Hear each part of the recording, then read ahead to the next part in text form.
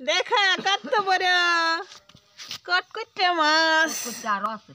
দেখা দেখা দেখা 1 কেজির উপর মাছটা। আমি ওখানে বসে ধরছি, কাল খাই এটা খামুরাইন দা। তোমরা তো হগলে কো এই মাছ বিলে বিষাক্ত মাছ, মানুষ মরে যাবো গা, এটা কেমন মাছ, কত ধরনের কত কথা শুনি মোবাইলের ভিতরে। কত মানুষে কত কথা কয়। আর এই মাছ আমরা কতই খাইছি, মাংসের মতো রান্না করুন যা, পেঁয়াজ রসুন দিয়া, আবার সয়ের বিচিতে রান্না করুন যা। এটা গরম জল দিয়া চুলান লাগে ভিজাইয়া, কাটতে খুব কষ্ট, খাইতে মজা আছে। আর মানুষে কত কথা কয় বলে কি মাছ কি না, জঙ্গলি এই মাছ খাইলে মানুষ মরে যাবো গা, বাঁচতো না।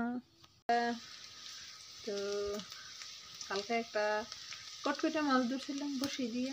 তো কটকটা মাছ কেমনে রান্না করে দেখো তোমরা। দেখো কটমিটা এই মাছ কি মাছ, ভূতের মাছ, এই মাছ খানা। তো দেখো আমি রান্না করতেছি।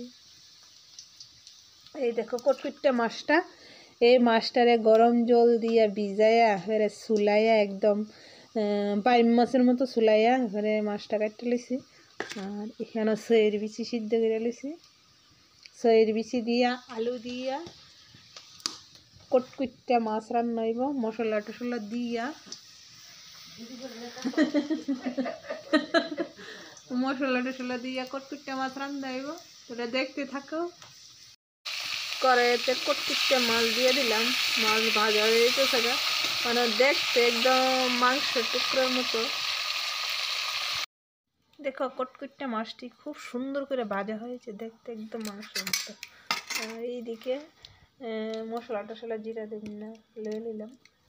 আর এইদিকে পাঁচফোড়ন দিয়ে দিলাম, দিয়ে একদম সম্বার দিয়ে দিলাম, সয়ের বিচি আলু আর মাছটির সম্বার দিয়ে দিলাম। একটু ভাজতেছি এখন, ভাজার পরে ঝোল দিয়ে দিলাম এখানে সুন্দর করে। এখন সিদ্ধ হবে।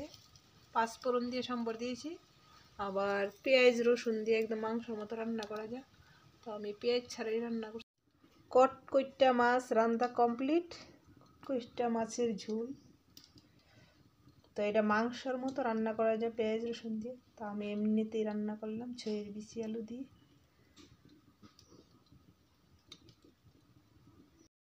কটকটা মাছ রান্না কমপ্লিট।